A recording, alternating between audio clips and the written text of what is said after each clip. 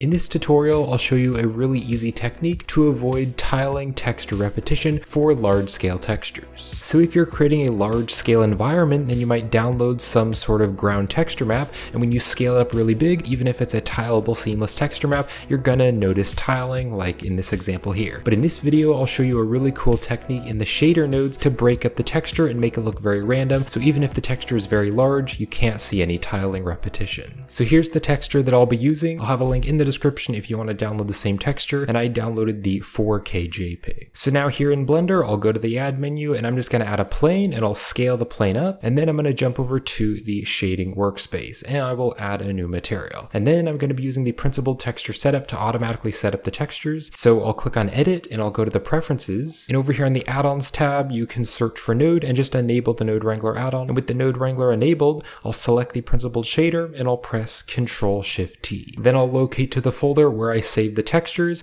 and I'm just going to select the color and then hold down the shift key and select the normal GL and also the roughness, and I'll click on principled texture setup, and it's automatically going to set up all the texture maps properly for me. Now if you want to learn how to properly set up texture maps manually, then you can check out my video on how to properly set up texture maps. Link to that is in the description. So I'm now going to jump over to the UV editing and I can scale up the texture. So in the UV editing, I can just press the A key here in the UV editor to select the UVs, and I can scale this up much bigger. So I'm going to jump back over to the shading workspace and I'll now show you how to fix this tiling pattern. So my textures are using the UV map of the object. So I have the texture coordinate with the UVs going into the mapping, and the mapping is going into the textures. So what we can do is create a texture which has different random shapes, and we can put those different random shapes into the rotation, and that way different parts of the texture are going to randomly have different rotation values. So to do this, I'll go to the add menu and I'll search for the Voronoi texture, and then I'll hold down the Control and Shift key and select the Voronoi texture, and I'm going to hold down the Control and Shift key and select it twice, so we're previewing the color. And then also I'm going to use the object coordinates, so I'll plug the object into the vector. So now you can see that the Voronoi texture here has these little chunks. It's almost like little puzzle pieces. One thing that I can do to make this look a bit more random is to change this type here, the distance metric, to Manhattan.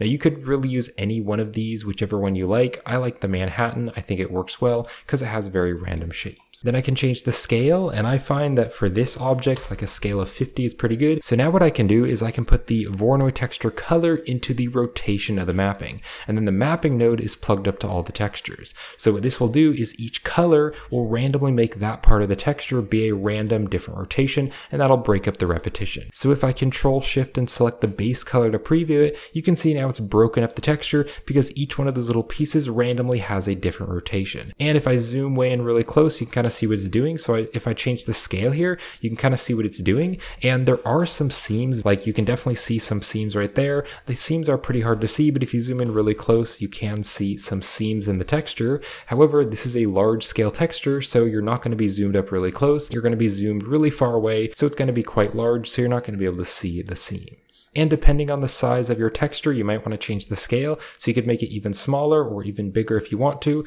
but for my object, 50 looks pretty good. So there's before and then there is after, so it really does make a huge difference. Now there are just a few more tips that I wanted to share with you for breaking up the texture and avoiding tiling. So another thing you can do is make some of the texture lighter and other parts darker. So for example, you could add a noise texture, and then you could mix the noise texture with the color. So here's the color of the ground and here's the noise. And so what I've done is I've added a mix color, and I've set the mix color type set to darken.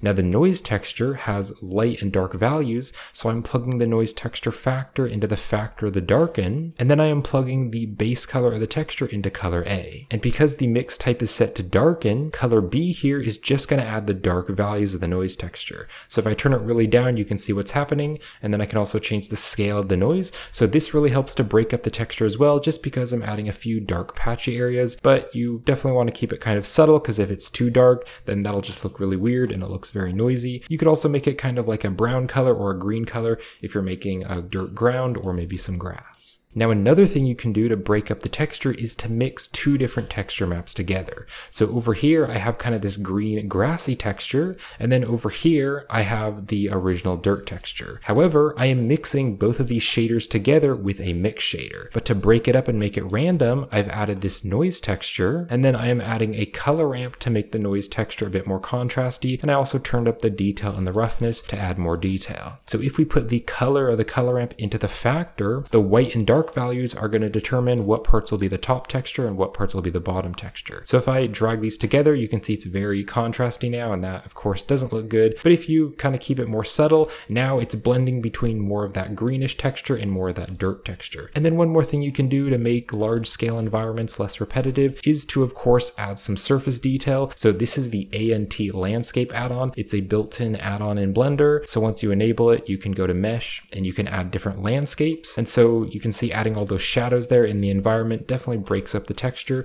because it's all bumpy. And if you find my videos helpful and you'd like to help support this channel, then a great way to do that is by joining my Patreon page. So if you join one of my Patreon memberships, you'll be helping to support the channel monthly, and you'll get access to lots of Blender content and project files. But I hope you found this helpful, and thank you for watching.